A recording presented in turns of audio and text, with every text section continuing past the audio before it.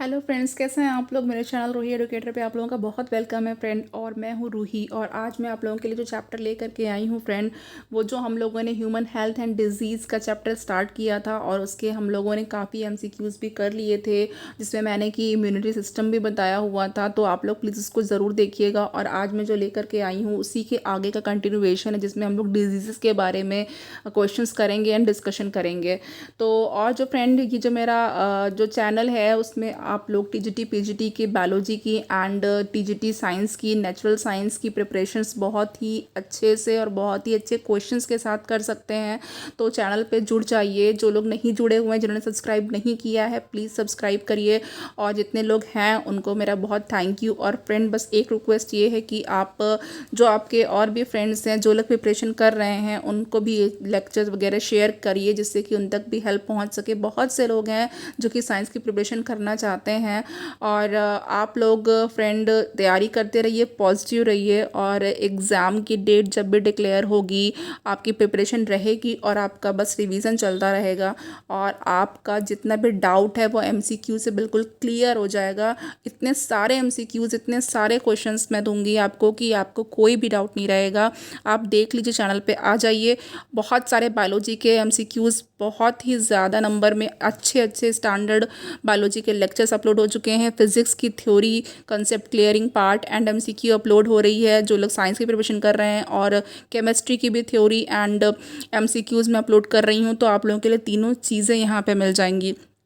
चलिए अब आज का हम लोग स्टार्ट कर देते हैं। पहला जो क्वेश्चन है वो ये है, polio is caused by. Polio कैसे होता है? A, a bacteriophage.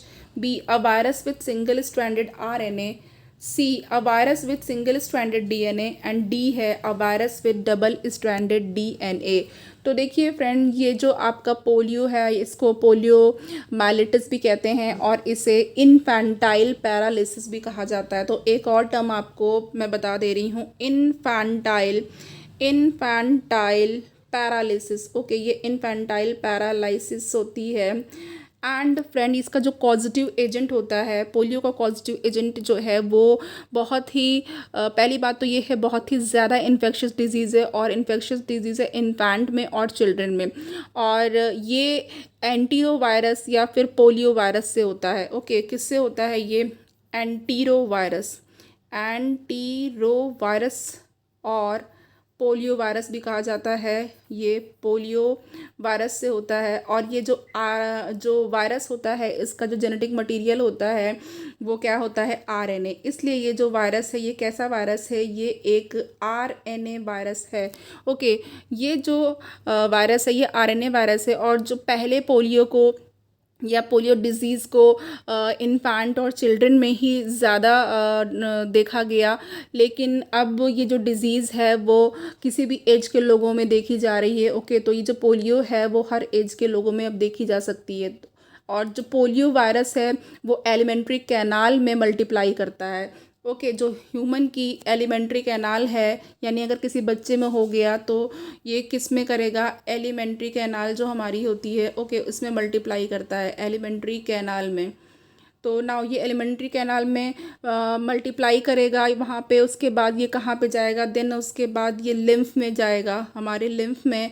और लिम्फ से फिर ये ब्लड में पास हो जाएगा, ब्लड में चला जाएगा। और ब्लड से finally central nervous system, CNS में जाएगा। ओके, सीएनएस में जाएगा। और सीएनएस में जो डॉर्सल हॉर्न सेल्स होती हैं, ओके, यहाँ पे लिख देती हूँ, dorsal horn cell, dorsal horn cell. Okay, और ये डॉर्सल हॉर्न सेल कहाँ पर होगी? ये स्पाइनल कॉर्ड में एंड ब्रेन के स्टेम में होती हैं। ओके, तो ये फिर यहाँ तक जाएगा, उसको इफ़ेक्ट करेगा। और उसके बाद क्या होगा? जब आपके नर्व्स ने, जब आपके जो भी सेंसरी नर्व्स हैं, मोटर नर्व्स हैं, उन्होंने काम करना जब बंद कर दिया तो क्या होगा? आपको पैरालिसिस का अटैक आएगा। ओके, तो ये जो है पैरालिसिस वो चिल्ड्रन में होती है और वो इस तरीके से होती है। और इसको इसीलिए इन्फेंटाइल पैरालिसिस कहते हैं, क्योंकि ये बच्चों में होती है। नाउ सिम्टम्स क्या होते हैं इसके? इसमें सिम्टम ये होता है कि ये जो नर्वस सिस्टम होता है उसमें इन्फ्लेमेशन प्रोड्यूस होता है। नर्वस सिस्टम में क्या होता है, इन्फ्लेमेशन कॉज करती है। तो ये इन्फ्लेमेशन कॉज करती है एंड ये जो है आपका जो हेड है, ओके, अगर जैसे बच्चों में हो गया तो बच्चों का जो हेड है वो आगे की तरफ फॉरवर्ड बेंडिंग नहीं कर पाता है, यानी कि बेंडिंग में इनएबिलिटी हो जाती है, स्टिफ रहती है गर्दन, बिल्कुल कड़ी कड़ी सी रहती है, स्टिफनेस होती है और स्केलेटल मसल्स की भी पैरालिसिस हो जाती है, फीवर भी आता है, हेडेक भी होती है, चिल भी होती है, पेन होता है पूरी बॉडी में। और जो इसका इंक्यूबेशन पीरियड होता है वो 7 से लेकर के 14 डेज तक होता है, ओके। इस तरीके से ये इसका इंक्यूबेशन पीरियड होता है, उसके बाद फिर पैरालिसिस आ जाती है। पहला तो ये फीवर से स्टार्ट होता है, मसल हेडेक ये सब से स्टार्ट होता है, बहुत ही ज़्यादा स्केलेटल मसल्स में दर्द भी होता है। देन उसके बाद पैरालिसिस हो जाती है ज़िंदगी भर के लिए और कभी ठीक नहीं होती है। तो ये जो ओरल पोलियो ड्रॉप्स होती हैं वो दी जाती हैं बच्चों में, और ये आपकी जो 6th 10th and 14th week के चाइल्ड को देख लीजिए, 6th है और 10th वीक का बच्चा, 14th वीक के बच्चे को, ठीक है, ये सारी बूस्टर डोजेस दी जाती हैं और ये 3 से 4 साल तक के बच्चों तक दी जाती है, 3 to 4 ईयर्स तक के बच्चों को इस एज से पहले तक सब डोजेस दे दी जाती हैं, ओके। और जो इसका जो ट्रीटमेंट है वो क्या है, इसकी वैक्सीन होती है, आपको पता ही है कि ये जो वैक्सीन होती है पोलियो की, इसको हम लोग साक वैक्सीन भी बोलते हैं। तो ये जो पोलियो की वैक्सीन है ये कही जाती है सैक वैक्सीन, ओके। ये जो वैक्सीन है इसको हम लोग सैक वैक्सीन के भी नाम से जाने जाते हैं। और ये है क्या होती है, इसमें live Sabin, okay, live Sabin's oral vaccine भी बोलते हैं इसको, लाइव सेबाइंस ओरल वैक्सीन भी बोलते हैं। तो चलिए यहाँ पे अभी इतने सारे डिस्कशन हो गए हैं और हमारे पास जो इसका करेक्ट आंसर है वो क्या हो जाएगा, जो पोलियो है वो कैसे होता है, वो एक सिंगल स्ट्रैंडेड आरएनए वायरस से होता है, ओके। नेक्स्ट हमारे पास जो दूसरा क्वेश्चन है वो है which of the following is a carrier of dengue fever. तो अब यहाँ पे डेंगू फीवर के बारे में बात की जा रही है, डेंगू बुखार, या फिर इसको पूछा जा सकता है कि dengue is transmitted by, option A anopheles, B culex, C aedes and D है मस्का। तो यहाँ पे मस्का डोमेस्टिका जो आपकी हाउस फ्लाई होती है वो मस्का है ये। तो देखिए जो डेंगू हेमोरेजिक फीवर या डेंगू फीवर जो होता है, डेंगू फीवर को क्या बोलते हैं, ब्रेक बोन फीवर भी बोलते हैं, डेंगू फीवर को ब्रेक बोन फीवर भी कहते हैं। फ्रेंड ये डिजीज़ का जो चैप्टर है आप लोगों के लिए इंपॉर्टेंट है, वैसे भी आपकी जो जनरल लाइफ है उसके लिए भी इंपॉर्टेंट है, आप लोगों को पता होना चाहिए हम सबको कि हम कौन कौन से डिजीज़ से हम लोग पीड़ित हो सकते हैं और उसका बचाव क्या है, उसका पॉजिटिव एजेंट क्या है, ये सब हम लोगों को वैसे भी पता होना चाहिए जितने भी लोग स्टडी कर रहे हैं। तो देखिए ये जो डेंगू फीवर होता है इसको ब्रेक बोन फीवर भी कहते हैं, और ये होता कैसे है, इसका पॉजिटिव एजेंट क्या होता है, इसका जो पॉजिटिव एजेंट होता है वो आपका आरएनए कंटेनिंग, यानी कि जो वायरस होता है उसमें आरएनए होता है, ओके। तो इसको हम लोग कहेंगे आरएनए कंटेनिंग, और ये वायरस का जो नाम है ये क्या है, एर्बो वायरस, ओके। ये एर्बो वायरस से होता है और इसका जो जेनेटिक मटेरियल होता है ये आरएनए होता है। और एर्बो वायरस मीन्स कैसा वायरस है, ये ऑर्थ्रोपोड बॉर्न वायरस है, यानी कि कहाँ पे किस पर डिपेंड करेगा, किस पे पैदा होगा, ऑर्थ्रोपोडा का पूरा फाइलम है, आप जानते हैं, जिसमें बहुत सारे इंसेक्ट्स होते हैं, स्पाइडर भी होती हैं।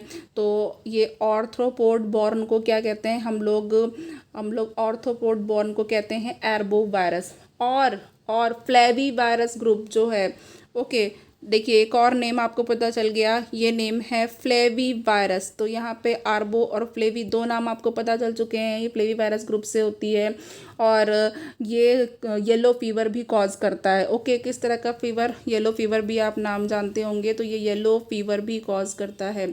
तो देखिए फ्रेंड ये जो डेंगू फीवर का जो वायरस होता है ये टाइगर मॉस्किटो के काटने से फैलता है। भाई एक मॉस्किटो है जिसका नाम है टाइगर मॉस्किटो, अब देखते हैं टाइगर मॉस्किटो हैं ये, तो इनके काटने से डेंगू जैसी बीमारी हो जाती है। और ये जो टाइगर मॉस्किटो है इसको क्या कहते हैं, एडीज़ एजिप्टाई, ओके। ये है एडीज़ एजिप्टी, बिल्कुल याद कर लीजिएगा। डेंगू का प्रकोप बहुत ज़्यादा फैलता है और बहुत ज़्यादा फैलाता है डेंगू, ये एडीज़ एजिप्टाई जो होता है, और बहुत ही ख़तरनाक फीवर होता है। तो चलिए जो एडीज़ एजिप्टाई है ये किस टाइम पे काट सकता है। तो देखिए ये बहुत चालाक होता है और ये रात में नहीं आता है। जनरली सब लोग सोचते होंगे रात का टाइम हो गया है या शाम का टाइम हो गया है, मच्छर काट रहे हैं और उससे बचाव भी करते हैं बहुत सारे लोग।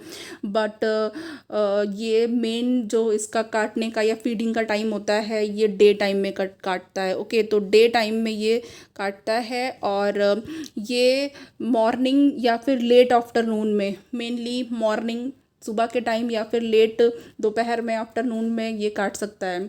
ओके, और जो इसका इंक्यूबेशन पीरियड होता है वो कितना होता है, ये 3 से 8 डेज़ का इसका इंक्यूबेशन पीरियड होता है। और ये 2 टाइप के डेंगू फीवर होते हैं, एक तो क्लासिकल डेंगू फीवर जैसा कि जो आप लोग जानते हैं वो वाला, और एक डेंगू हीमोरेजिक फीवर होता है। तो जो क्लासिकल जो डेंगू फीवर होता है वो इसमें जो है जो डेंगू वायरस होता है, ओके, और ये उस इन्फेक्शन कॉज करता है। और जो सिम्टम होते हैं बहुत ज़्यादा हाई फीवर होता है और हेडेक होता है, आगे की तरफ सिर में बहुत दर्द होगा, पीछे की तरफ आँखों के पीछे की तरफ बहुत ज़्यादा पेन होता है और आँखों का मूवमेंट आप नहीं कर सकते हैं, बहुत ही पेन होगा। तो मूवमेंट जो होता है आई का वो बहुत वर्स हो जाता है, जॉइंट में पेन होता है, टेस्ट नहीं मिलता है, भूख नहीं लगती है, लॉस ऑफ सेंस हो जाता है, मीज़ल की तरह रैशेज आ जाते हैं पूरी बॉडी पे, चेस्ट पे और अपर लिम्स पे, और आपको उल्टी जैसा फीलिंग होता है। ओके, और जो आपका जो डेंगू हीमोरेजिक फीवर होता है DHF, जो डेंगू हीमोरेजिक फीवर होता है, इसमें क्या होता है, ये डेंगू फीवर का ही सीवियर फॉर्म है। और ये जो एक से ज़्यादा जब डेंगू का वायरस का इन्फेक्शन हो जाता है तब हो जाता है, डबल इन्फेक्शन की वजह से हो जाता है फ्रेंड। और इसमें जो है जो सिम्टम है वो फीवर बहुत ज़्यादा होगा, लेकिन आपकी जो जो पेशेंट होगा उसकी जो नोज़ है उससे ब्लीडिंग तक स्टार्ट हो जाती है, माउथ और गम में जो है ब्लीडिंग स्टार्ट होने लगती है, स्किन जो है बहुत ही ज़्यादा ब्रूइज हो जाती हैं, ख़राब हो जाती हैं, सीवियर कंटिन्यूअस स्टमक पेन रहता है, फ्रीक्वेंट वोमिटिंग सी आती है, ब्लड और जो है क्या कहते हैं ब्लड जो है होती है वो वोमिटिंग से ब्लड तो नहीं आता है लेकिन पेल कोल्ड जैसी स्किन हो जाती है, बहुत ही ज़्यादा प्रॉब्लम हो जाती है, सांस नहीं ले सकते, हमेशा जो है बेचैनी सी रहती है, रेस्टलेसनेस रहती है। ओके, तो यहाँ पे देखिए हमारे पास अब यहाँ पे इस क्वेश्चन पे जो आंसर है वो बिल्कुल आपको मिल गया है कि ये जो एडीज़ है उसकी वजह से होता है। तो यहाँ पे हमारे पास जो थर्ड क्वेश्चन है उसका आंसर देख लेते हैं। थर्ड क्वेश्चन देखते हैं सबसे पहले, hydrophobia rabies is disease caused by. तो नाउ यहाँ पे अब हाइड्रोफोबिया या रेबीज़ के बारे में बताया गया है। तो देखिए वायरस, बी है निमेटोड एंड सी है हेलमिंथ एंड डी है प्रोटोजोन। तो यहाँ पे देखिए जो रेबीज़ होता है फ्रेंड, ये आपको पता है कि ये वायरस से होता है। ओके, और रेबीज़ को हाइड्रोफोबिया, मतलब पानी, फोबिया मतलब डर, पानी से डर लगता है पेशेंट को। तो चलिए यहाँ पे फोर्थ है हेपेटाइटिस बी वायरस इज़। तो अब हेपेटाइटिस बी की बात कर लेते हैं। तो नाउ हेपेटाइटिस जो है इसमें क्या पूछा गया है, A hepadna virus, B variola virus and C retro virus and D है पिकोरना वायरस। तो यहाँ पे हम पहले तो हेपेटाइटिस को देखें। तो देखिए फ्रेंड, जो हेपेटाइटिस होती है वो कई टाइप की होती है। ओके, तो इसमें आपकी जो हेपेटाइटिस ए भी होती है, hepatitis B, hepatitis C, hepatitis D and hepatitis E. Okay, 5 type की हेपेटाइटिस होती हैं फ्रेंड। तो जो हेपेटाइटिस होती है जनरली जॉन्डिस भी कहते हैं इसको, कॉमनली इसको जॉन्डिस भी बोला जाता है। जो वायरल हेपेटाइटिस होती है इसका जो है मोस्ट इम्पॉर्टेंट फॉर्म हेपेटाइटिस जो होता है। ओके, और इसमें होता क्या है, जो लीवर होते हैं बहुत ज़्यादा स्मॉल हो जाते हैं, येलो हो जाता है, ग्रीन हो जाता है।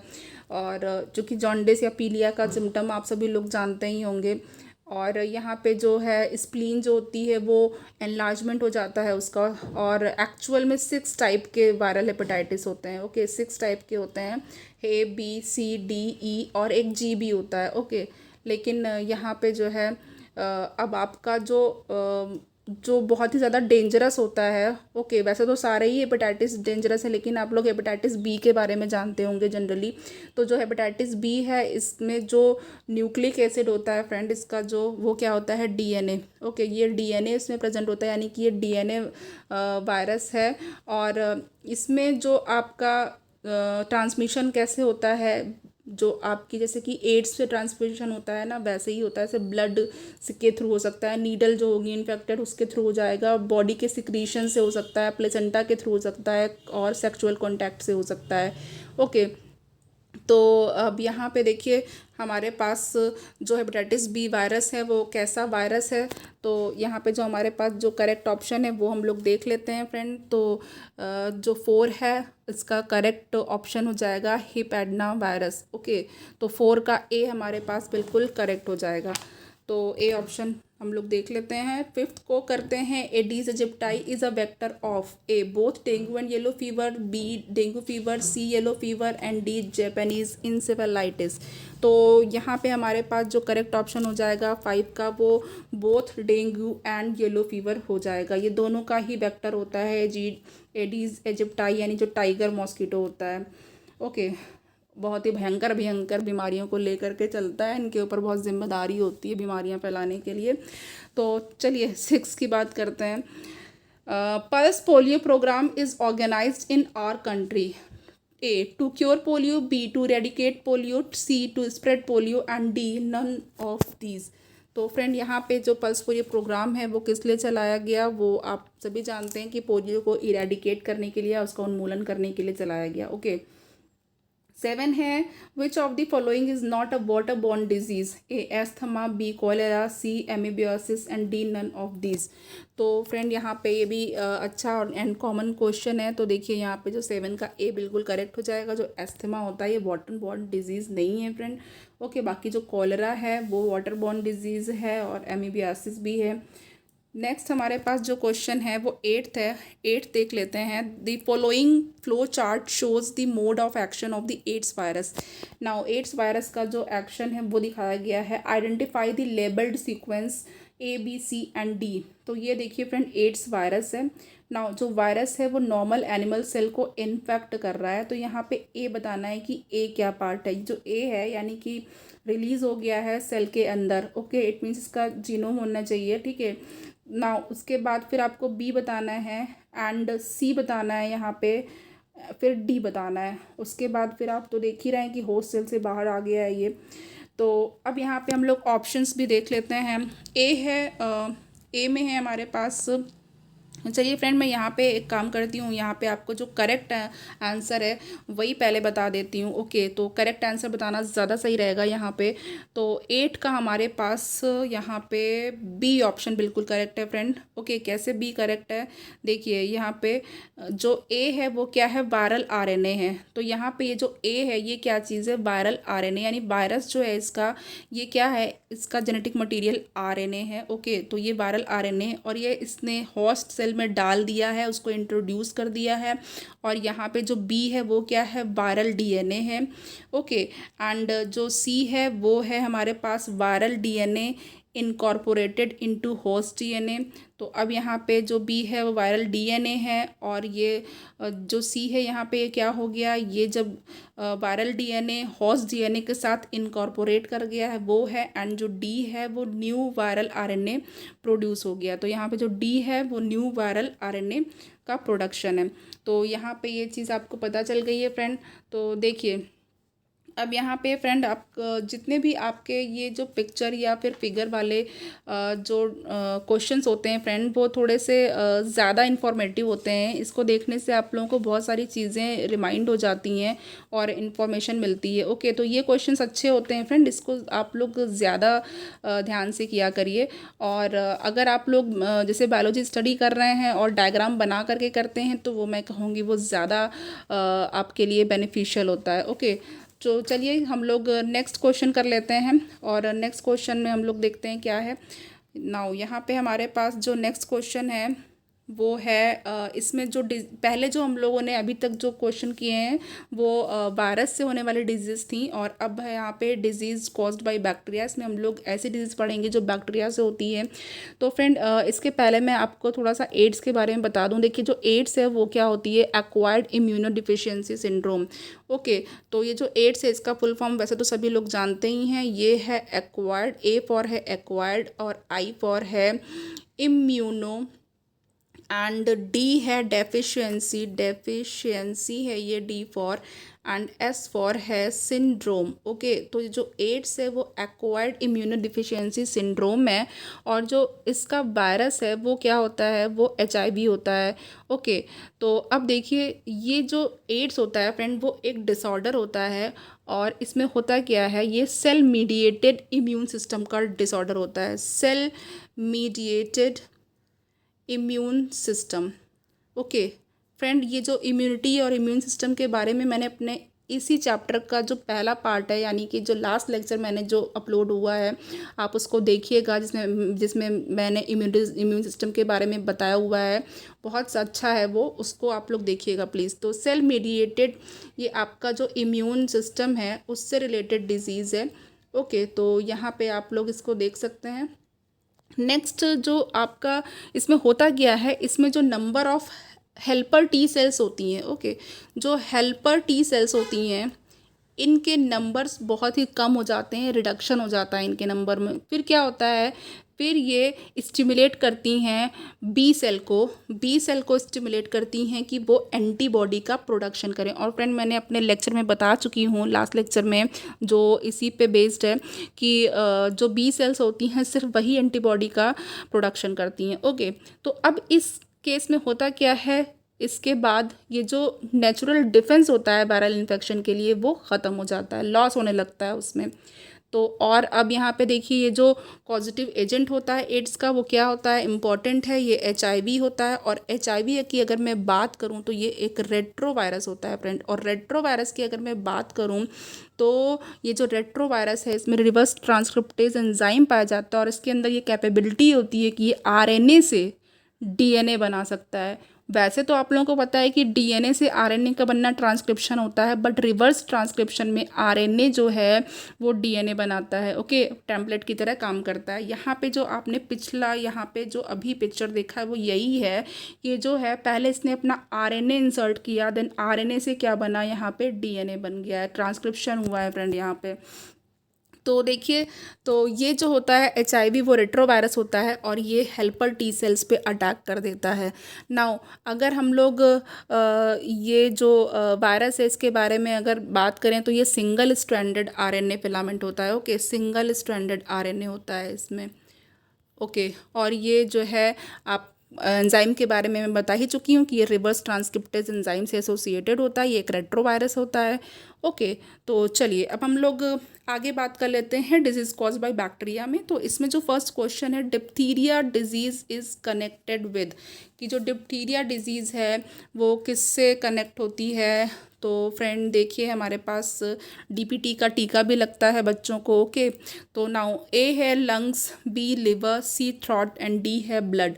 तो यहाँ पे जो डिप्थीरिया है वो जो करेक्ट ऑप्शन हो जाएगा फ्रेंड, वो हमारे पास C यानी कि थ्रॉट बिल्कुल करेक्ट हो जाएगा। ओके, तो यहाँ पे जो थ्रॉट है वो बिल्कुल करेक्ट है। बी हमारे सेकंड हमारे पास है tuberculosis is caused by a bacterium, and B है virus, C protozoan and D malnutrition. तो फ्रेंड आपको पता है ट्यूबरकुलोसिस का बैक्टीरिया होता है और उसका नाम होता है माइकोबैक्टीरियम ट्यूबरकुलाई। तो यहाँ पे जो हमारे पास ए ऑप्शन है वो बिल्कुल करेक्ट हो गया है। ओके, एंड हमारे पास जो अब यहाँ पे एक चीज़ मैं बता दे रही हूँ आपको, जो TB है ये मैंने अभी अभी बताया है, इसका मैं नाम भी लिख दे रही हूँ, माइकोबैक्टीरियम ट्यूबरकुलोसिस ट्यूबरकुलाई या ट्यूबरक्यूलोसिस। ओके, ये होता है, और ये किसी भी बॉडी के पार्ट को इन्फेक्ट कर सकता है, और इसमें जो है बोन हो सकती हैं, या ब्रेन को कर सकता है, लंग्स को, या फिर लिम्फ नोड्स को कर सकता है। लंग्स की TB सबसे ज़्यादा कॉमन होती है। ओके, लंग TB सबसे ज़्यादा कॉमन होती है। और ये जो बैक्टीरियम होता है वो एक टॉक्सिन रिलीज़ करता है फ्रेंड, नोट डाउन कर लीजिएगा, ये एक टॉक्सिन को रिलीज़ करता है जिसको कहते हैं ट्यूबरक्यूलिन। ओके, इस टॉक्सिन को कहते हैं ट्यूबरक्यूलिन, और ये जिस टिश्यू को इन्फेक्ट करता है उसको डिस्ट्रॉय कर देता है। और कैसे फैलता है स्नीजिंग से, कफिंग से, कंटामिनेटेड फूड से। किसी भी पर्सन को टीबी है, अगर वो छींक देगा, अगर वो कफिंग कर देगा, उसके पास अगर आप बैठे हैं या कोई भी बैठा है तो उसको टीबी हो सकता है। ओके, इंक्यूबेशन पीरियड क्या होता है इसका? 3 to 6 वीक इंक्यूबेशन पीरियड होता है। इसके बाद इसमें जो सिम्टम्स होते हैं वो आने लगते हैं और मे बी ईयर्स हो सकता है। ओके, कभी कभी किसी किसी केस में साल भी लग सकते हैं। ट्रीटमेंट बहुत अच्छा है, एग्जाम में पूछा भी जाता है, फुल फॉर्म भी पूछा जाता है, जनरल साइंस में भी पूछा जाता है, जनरल नॉलेज में भी आता है। डॉट डॉट क्या होता है? Its direction, observation, treatment. Okay, ये क्या होता है? डायरेक्शन, ऑब्जर्वेशन, ऑब्जर्वेशन, और टी फॉर क्या होता है? ट्रीटमेंट। डायरेक्शन, ऑब्जर्वेशन, ट्रीटमेंट, ये है इसका डॉट का। ओके, ये एक प्रोग्राम होता है जो WHO ने चलाया हुआ है, वर्ल्ड हेल्थ ऑर्गेनाइजेशन ने, और ये पूरे वर्ल्ड में टीबी को ट्रीटमेंट करने के लिए प्रोग्राम चलाया गया। और जो एंटी ट्यूबरकुलोसिस ड्रग होती हैं like streptomycin, streptomycin, okay, streptomycin है, एंड आपकी रीफैम्पिसिन ये है, एंड आपका एक आइसोनाइएजाइड करके आती है, तो आइसोनाइएजाइड ये है। ओके, ये सारी चीज़ें हैं आपके पास। ट्रीटमेंट भी पता चल गया। प्लस एक आपका पैस करके होती है जिसको हम लोग पैरा अमीनो सैलिसिलिक एसिड कहते हैं। और बहुत इंपॉर्टेंट, इसका जो टीका होता है इस पर भी क्वेश्चन पूछा गया है। ओके, BCG, इसका पहली बात तो फुल फॉर्म आप जान लीजिए। बैसिलस, B फॉर है बैसिलस, एंड C फॉर है Kamet, CALMETTE, Kamet, and G है ग्यूरिन। ओके, G है ग्यूरिन। तो यहाँ पे BCG का टीका जो होता है, BCG का जो वैक्सीन होता है वो टीबी के लिए लगाया जाता है कि टीबी ना हो। और ये किससे मिलता है? ये बोवाइन बैसिलस से मिलता है। ओके, बोवाइन बैसिलस से ये निकाला गया। कामेट एंड ग्यूरिन ने 1921 में इसको निकाला। तो यहाँ पे सारी चीज़ें आपको पता चल गई फ्रेंड। चलिए अब हम लोग देख लेते हैं। तो यहाँ पे जो थर्ड है ये क्या है? Symptom of diphtheria is. तो डिप्थीरिया का सिम्टम क्या होता है? तो यहाँ पे A है suffocation, B hydrophobia, C excessive watering, and D है गम ब्लीडिंग। तो जो डिप्थीरिया है फ्रेंड वो भी एक एक्यूट इन्फेक्शियस डिजीज़ है, और मोस्टली बच्चों में ही होती है ये। और इसमें क्या होता है, जो रेस्पिरेटरी ट्रैक्ट या थ्रोट होता है उसके ऊपर एक ग्रे कलर की एक जो है फॉल्स या फिर स्यूडो मेम्ब्रेन आ जाती है। ओके, ग्रे कलर की एक जो है फॉल्स मेम्ब्रेन झिल्ली आ जाती है, तो यहाँ पे वो थ्रोट में आ जाती है। अब होता क्यों है? ये जो कॉर्नी बैक्टीरियम डिप्थेराई की वजह से होता है, कॉर्नी। तो यहाँ पे आपको बैक्टीरिया का नेम भी पता चल गया। Okay, corynebacterium, corynebacterium diphtheriae. Okay, diphtheria से आप लोग समझ सकते हैं, डिप्थेराई उससे होता है। और ये कैसा ये gram positive bacteria, okay, gram positive bacteria होता है, और ये एक एंडोटॉक्सिन प्रोड्यूस करता है। एंडोटॉक्सिन प्रोड्यूस करता है, ये एक एंडोटॉक्सिन प्रोड्यूस करता है। एंड ये जो होता है ये जो थ्रोट का जब जो है रेस्पिरेशन करते हैं तो थ्रोट में चूँकि मेम्ब्रेन आ जाती है तो बहुत ज़्यादा ही प्रॉब्लमेटिक हो जाता है। और इसका जो पैथोजन है वो नेज़ल, नाक वाला नेज़ल डिप्थीरिया भी कॉज करता है, और फेरिंग्स में भी डिप्थीरिया कॉज करता है। ओके, और कफ के थ्रू और स्नीजिंग के थ्रू फैलता है। नाउ सिम्टम में क्या हो सकता है इसका? फीवर आ जाता है, गले में सूजन आ जाती है, सोर थ्रोट भी हो सकते हैं। एंड ये जो एंडोटॉक्सिन जो रिलीज़ करता है वो थ्रोट में जो मेम्ब्रेन होती है उससे बाहर भी कभी कभी निकल आता है। और इसकी वैक्सीन जो है वो आपको पता है DPT की वैक्सीन होती है। नाउ DPT में D फॉर डिप्थीरिया होता है, P फॉर पर्ट्यूसिस होता है, P फॉर पर्ट्यूसिस है, एंड T फॉर टिटेनस है। और इसका जो डायग्नोसिस करते हैं उसके लिए जो टेस्ट होता है वो शिक टेस्ट होता है। ओके, तो ये जो टेस्ट है इसका नेम होता है शिक टेस्ट। नाउ और यहाँ पे देखिए फ्रेंड, इतनी सारी इन्फॉर्मेशंस आपको मिल गई हैं। अब यहाँ पे हमारे पास जो करेक्ट ऑप्शन हो जाएगा, मैंने ऑप्शंस आपको बता दिए हैं, तो यहाँ पे जो करेक्ट ऑप्शन हो जाएगा ये यहाँ पे हमारा सफोकेशन ही हो जाएगा, सांस लेने में दिक्कत होगी, थ्रोट पे मेम्ब्रेन आ जाएगी। तो नाउ चलिए फोर्थ हमारे पास है pathogenicity of bacteria causing tuberculosis and leprosy is due to. तो ए है cholesterol, B ergosterol, C prostaglandins and D glycerol and E है वैक्स टी। तो यहाँ पे पूछा जा रहा है जो ट्यूबरकुलोसिस और लेप्रोसिस का जो बैक्टीरिया होता है, जो पैथोजेनिसिटी कॉज करता है, वो किस वजह से होता है। तो जो करेक्ट ऑप्शन है हमारे पास वो वैक्स डी है। ओके, नाउ फिफ्थ देखते हैं, बायोलॉजिकल नेम ऑफ इंसेक्ट्स या vector carrying the plague. A xenopsylla cheopis, B anopheles mosquito, C bacillus pestis, D pediculus humanus. तो करेक्ट ऑप्शन आप सभी को पता है कि ये जो होता है वो ज़िनोप्सिला होता है। तो यहाँ पे हमारे पास जो फिफ्थ है इसका ए बिल्कुल करेक्ट हो जाएगा। नाउ सिक्स देख लेते हैं, the disease chikungunya is transmitted by A house fly, B aedes mosquito, C cockroach and D है फीमेल एनाफ्लीज। तो यहाँ पे जो सिक्स का करेक्ट आंसर है वो बी है फ्रेंड। यहाँ पे बहुत इंपॉर्टेंट है फ्रेंड, ये जो एडीज इजिप्टाई होता है इतना भयंकर, इतना ख़तरनाक है, ये बहुत सारे डिजीज़ को फैलाता है। ओके, डेंगू है, येलो फीवर है, chikungunya. Dengue, yellow fever, chikungunya तीनों को ही स्प्रेड करता है। नेक्स्ट हमारे पास जो क्वेश्चन है वो है 7, many disease can be diagnosed by observing the symptom in the patient, which group of symptoms are indicative of pneumonia. कह रहे हैं कि बहुत सारी डिजीज़ को डायग्नोज किया, सिम्टम्स को देख करके डिजीज़ डायग्नोज की जाती है फ्रेंड। तो वही बताया जा रहा है कि बहुत सारी डिजीज़ डायग्नोज कर सकते हैं किसी भी सिम्टम को देख करके। तो इसमें जो ऐसा कौन सा सिम्टम है जो निमोनिया को बता रहा है। ए है difficulty in respiration, fever, chills, cough, headache, B है constipation, abdominal pain, cramps, blood clots and C is nasal congestion and discharge, cough, constipation, headache. D है high fever, weakness, stomach pain, loss of appetite and constipation. तो यहाँ पे जो correct answer हो जाएगा friend वो हमारे पास क्या हो जाएगा, वो 7 का ए हो जाएगा। यानी कि रेस्पिरेशन में जो है वो डिफ़िकल्टी होती है, फीवर आता है, ठंड लगती है, कफ होता है एंड हेडेक होता है। देखिए अपने जो छोटे बच्चे होते हैं उनमें निमोनिया का बहुत ज़्यादा खतरा होता है, उनको ठंड से बचाना चाहिए, क्योंकि निमोनिया से बहुत सारे बच्चों की डेथ भी हो जाती है। बच्चे सांस नहीं ले पाते हैं, कहते हैं कि पसली चलने लगी, पसली उल्टी चलने लगी, इस तरह की लोकल लैंग्वेज में लोग बातें करते हैं। और लेकिन प्लस यहाँ पे कोरोना में बहुत सारे केसेस में निमोनिया भी पाया गया है। ओके, जब कोरोना का जो एक सिम्टम है वो निमोनिया भी रहा है, तो अडल्ट में भी हुआ है, ये होता ही है लोगों में। ओके, नेक्स्ट हमारे पास है 8th, identify the wrongly matched pair. A है typhoid, B plague, C malignant malaria, D common cold, E trichophyton. Now test है यहाँ पे Widal test, viral disease, plasmodium falciparum, rhino virus and ringworm. तो 8 का जो करेक्ट हमारे पास option हो जाएगा, कह रहे हैं कि जो रॉन्गली मैच्ड पेयर है वो बताना है, जो गलत मैचिंग कर रहा है। तो यहाँ पे हमारे पास 8 का करेक्ट ऑप्शन हो जाएगा बी।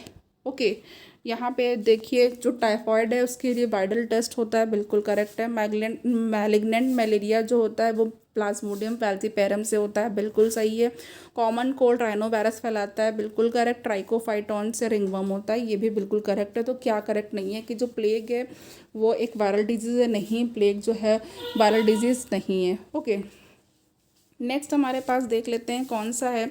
नाउ अब यहाँ पे कुछ डिजीजेज हैं जो प्रोटोजोआ और हेलमिंथ से होती हैं। तो प्रोटोजोआ और हेलमिंथ जो फैला रहे हैं उनको देख लेते हैं। यहाँ पे है in amoebiasis which of the following conditions occur. A mild diarrhoea with alternative constipation, B stools with mucus, C stool with blood and D all of these. तो यहाँ पे हमारे पास जो करेक्ट आंसर हो जाएगा वो ऑल ऑफ दीज हो जाएगा। डायरिया लाइक सिम्टम होते हैं, बार बार आपको स्टूल पास करने की ज़रूरत होगी, और कॉन्स्टिपेशन भी हो सकता है, और स्टूल में म्यूकस आ सकता है, जैसे कि कहते हैं डिसेंट्री होगी, अमीबियासिस या अमीबिक डिसेंट्री भी इसको बोलते हैं, और हिंदी में पेचिश बोलते हैं इसे। और स्टूल में ब्लड भी आ सकता है सीवियर केसेस में। ओके, तो सारे ही इसके सिम्टम हैं। नाउ 2 है the secondary host of malaria parasite is, या फिर पूछा गया है plasmodium is inoculated in human by. A male culex, B male anopheles, C female culex and D female anopheles. तो यहाँ पे जो हमारे पास 2 है उसका correct answer D female anopheles हो जाएगा। ओके, चलिए नेक्स्ट हमारे पास जो क्वेश्चन है थर्ड वाला, the fish used for control of malaria, very important है और अच्छा क्वेश्चन है, आता ही रहता है अक्सर एग्जाम में। तो यहाँ पे हमारे पास ए है gambusia, B rohu, C both A and B and D none of these. तो देखिए यहाँ पे जो थर्ड है उसका जो करेक्ट आंसर हो जाएगा वो ए हो जाएगा, गैम्बूसिया। गैम्बूसिया का यूज़ करते हैं।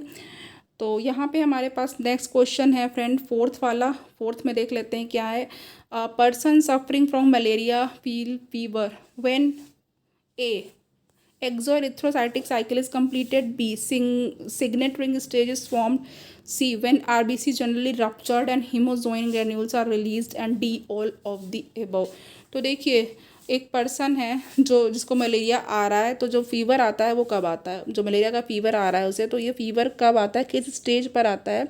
तो यहाँ पे हमारे पास जो करेक्ट आंसर हो जाएगा वो देखिए सी हो जाएगा। इंपॉर्टेंट क्वेश्चन है फ्रेंड, अच्छा क्वेश्चन है, ये आता है अक्सर एग्जाम में ज़रूर आता मलेरिया का। तो एक क्वेश्चन तो यूपी पीजीटी टीजीटी में फेवरेट है समझ लीजिए। ओके, स्पोरोजॉइड पे बहुत क्वेश्चंस आ जाते हैं और इसकी जो लाइफ साइकिल है वो इम्पॉर्टेंट है। तो जब आरबीसी रप्चर हो जाती है और हीमोजॉइन ग्रैन्यूल जो होते हैं, ये जो हीमोजॉइन ग्रैन्यूल होते हैं वो रिलीज हो जाते हैं, तो उस स्टेज पे क्या आता है, मलेरिया का फीवर आने लगता है।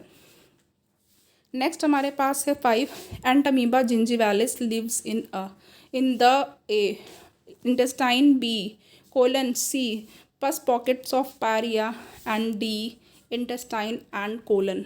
तो आपके पास यहाँ पे जो करेक्ट ऑप्शन हो जाएगा 5 का वो क्या हो जाएगा, 5 का यहाँ पे सी है, पस पॉकेट ऑफ पैरिया। देखिए फ्रेंड, कुछ लोगों के जो टीथ होते हैं ख़राब हो जाते हैं और उनको पैरिया हो जाता है और इतनी ज़्यादा बदबू आती है, स्मेल आती है कि उनके पास आप नहीं बैठ सकते। जब वो लोग बात करते हैं तो आप उसको टॉलरेट नहीं कर सकते उसकी स्मेल को। ओके, तो जनरली ऐसे लोगों को क्या करना चाहिए, उसका ट्रीटमेंट लेना चाहिए। उनको पैरिया हो चुका होता है और उसका ट्रीटमेंट है, बहुत अच्छा ट्रीटमेंट है, बहुत जल्दी ठीक हो जाते हैं वो लोग। और ये एंटमीबा जिंजिवालिस जो होता है इसकी वजह से होता है, और ये पैरिया की जो पस बन जाते हैं उस पॉकेट्स में रहता है। नेक्स्ट हमारे पास 6 है, diseases are broadly grouped into an infectious and non infectious diseases. In the list given below identify the infectious diseases. Now option हमारे पास है 1 कैंसर, फिर 2 है इन्फ्लुएंजा, 3 एलर्जी एंड 4 है स्मॉल पॉक्स। ये पॉइंट्स दिए हुए हैं, अब हम लोग को ए बी सी डी में से बताना है कि कौन सा है। Okay, infectious and non infectious. तो यहाँ पे देखिए फ्रेंड, हमारे पास जो 6 है उसका जो करेक्ट आंसर हो जाएगा वो कौन सा हो जाएगा। 6 का जो करेक्ट आंसर है वो है डी, 2 एंड 4। ओके, डी वाला जो 2 एंड 4 है, 2 देखिए एंड 4 देखिए। ओके, तो 2 जो है हमारे पास क्या है, इन्फ्लुएंजा, एंड 4 क्या है, स्मॉल पॉक्स। और इसमें कहा है कि infectious and non infectious disease. Small pox बहुत ही ज़्यादा आप स्मॉल पॉक्स जो है वो और इन्फ्लुएंजा ये दोनों है। तो फ्रेंड आपको पता है जो कैंसर है वो तो आपका इन्फेक्शन कॉज नहीं करता है, किसी और को इन्फेक्शियस है नहीं। एलर्जी भी आपकी इन्फेक्शियस नहीं है। ओके, और यहाँ पे जो आपका इन्फ्लुएंजा है फ्लू से होता है, फ्लू वायरस से होता है, वो इन्फेक्शियस है। और यहाँ पे स्मॉल पॉक्स है। ओके, स्मॉल पॉक्स भी वैसे इन्फेक्शियस होता है बट यहाँ पे नॉन इन्फेक्शियस की कैटेगरी में लिखा हुआ है। इट्स ओके, बहुत ज़्यादा नहीं इन्फेक्शन फैलाता है। चलिए यहाँ पे हमारे पास 7 में है the sporozoites that cause infection when a female anopheles mosquito bites a person are found in. देखिए आ गया इस पे एक और question. A liver of the person, B RBCs of mosquito, C salivary gland of mosquito, D gut of the mosquito. बहुत बार ये क्वेश्चन पूछा जा चुका है, बहुत बार फ्रेंड, तो ये बहुत इंपॉर्टेंट भी है, अक्सर ही आ जाता है और ये भी हो सकता है कि ना आए, इतनी बार आ चुका है। चलिए खैर, नहीं ऐसा कुछ नहीं है, एग्जामिनर के फेवरेट क्वेश्चंस होते हैं, वो जो चाहें वो दे सकते हैं। तो 7 का यहाँ पे जो सी है वो बिल्कुल करेक्ट है। यहाँ पे हाँ, जो सैलिवरी ग्लैंड होती है मॉस्किटो की।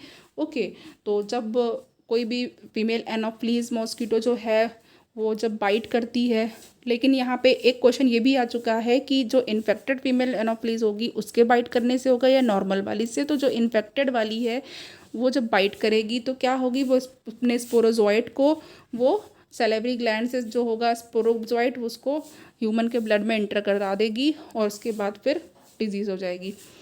नाउ यहाँ पे हमारे पास जो 8th क्वेश्चन है वो है which of the following is not the causal organism for ringworm.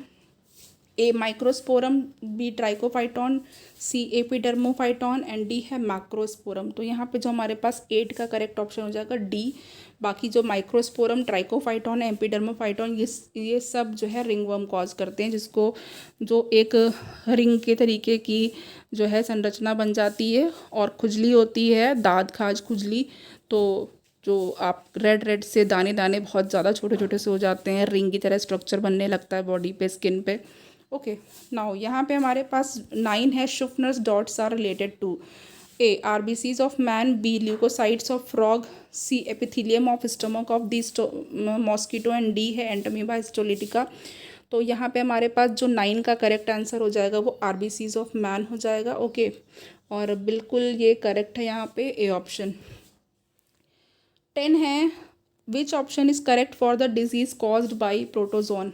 A herpes simplex, itching in the genital or anal area, b trypanosoma pallidum, white patches on the tongue or roof of the buccal cavity, c Neisseria gonorrhoeae, pain during passing urine, d trichomonas vaginalis, pain during passing urine।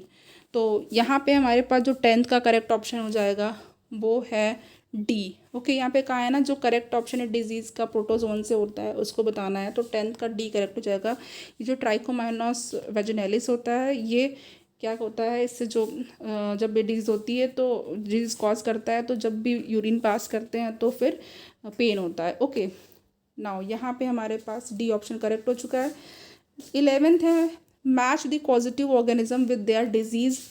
A haemophilus influenzae, B entamoeba histolytica, C plasmodium falciparum, D बुकेरिया bancrofti and E salmonella typhi.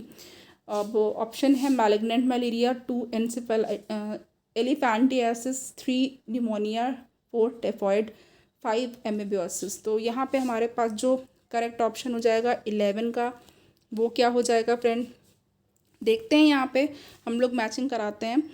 तो देखिए सबसे पहले तो यहाँ पे जो Haemophilus यहाँ पे इन्फ्लुएंजी है उससे कौन सी डिजीज़ होनी चाहिए, तो अगर हम लोग करेक्ट ऑप्शन की बात करें तो यहाँ पे देखिए ये निमोनिया कॉज कर सकता है। ओके, यहाँ पे नाउ अब यहाँ पे हमारे पास जो नेक्स्ट है वो क्या है, वो है हमारे पास एंटामीबा हिस्टोलिटिका। तो एंटामीबा हिस्टोलिटिका तो बिल्कुल अमीबियोसिस करेगा।